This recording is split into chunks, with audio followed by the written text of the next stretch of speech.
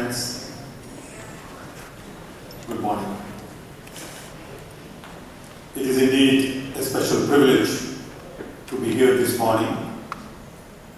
I want to thank organizers for giving me this unique opportunity. Standing in front of IITians is always very humbling experience. You are all known for your accomplishments, your contribution, and we salute you. Before coming here, I was talking to my wife, and she said, "Why do you want to go to New York? Why do you want to rest all day for 30-minute talk?" Because I do a lot of these things. And my answer to her was, I never get a chance to talk to so many interesting, highly successful IITians at one place. Even if I get to talk to 100, I would love to interact with them, learn from them, and hope in some way it would add to all our efforts. Today is October 2nd. Today is a good day to remember Gandhiji. Gandhi meant many things to many people in very different ways. To some, Gandhiji was father of the nation, man who essentially decolonized the world, wore no uniforms, commanded no armies, never fought elections, was not really in any sense head of a corporate or any other institution, but he led the biggest movement in the history of mankind. To me, Gandhi implied simplicity, sense of sacrifice, love and unconditional love for everybody, concern for minority, poor at the bottom of the pyramid, understanding of the basic human needs. And Gandhi had the clarity. I believe Gandhi is more relevant today to the world than ever before in the history. I hope once again today we'll think of Gandhi in the 21st century. Growing up in Orissa as part of the Gujarati family, in 40s, the only connection my parents had with Gujarat was essentially Gandhiji and Sardar Patel. As a young boy, I still remember when Gandhiji died, everyone in our house had to take a bath, as if somebody in the family had died. These memories of Gandhi remain in the minds of my generation. Many of us, in our own way, try to remember Gandhi when we begin to do things on a larger scale.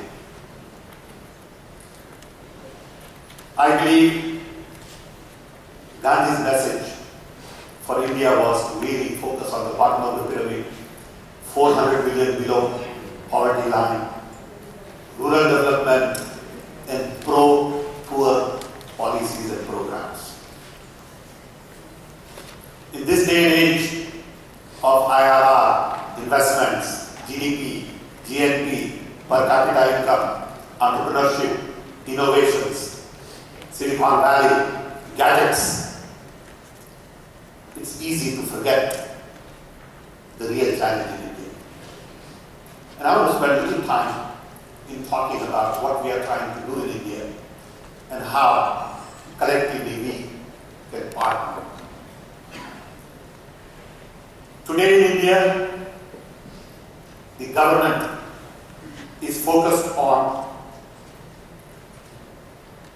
one hand, 9% growth, prosperity, investments, and on the other hand, really concerned about people at the bottom of the pyramid. Unfortunately, all the news you hear on radios and TVs and read in the newspapers, essentially in India talk about Bollywood, cricket and gossip. There is very little news about the real work that goes on in the government, in other institutions, and in the corporate world. In India, today we still have three fundamental challenges. One, disparity. Disparity between rich and poor, urban, rural, educated, uneducated. Two, demography. 550 million young, below age of 25. What about their future, their jobs, their education, nutrition, food? These are the real challenges in front of all our plans. Third, everything is happening in India, but not happening fast enough. So we need to expedite the process of development. In a sense, we need to expand. Everything needs expansion. More schools, more colleges, more hospitals, more doctors, more roads, more power plants. Two, we need to really improve quality. Quality of service, quality of products, quality of education. And three, equity. We have to make sure that the poorest of the poor can indeed get the best education possible, can indeed get proper health services. When you look at these three main challenges and three demands, you realize that we are lucky today to have 9% growth. Only through this kind of growth we can think of inclusive growth. If there is no growth, there is no inclusive growth. For a long time we had 3 or 4% growth. And a lot of it did get percolated down. So when you look at the time of independence, India had very little to offer.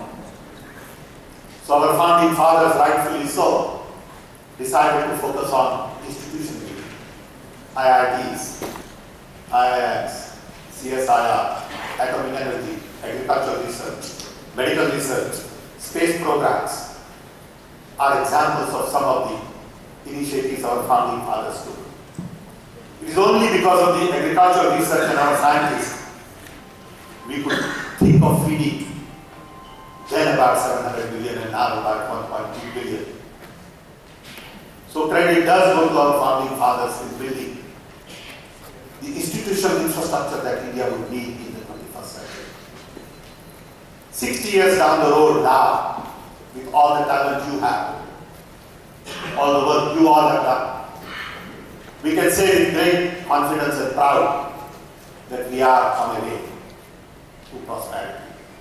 The India that we want to build in the 21st century will have the foundation of talented people and institutions that we need.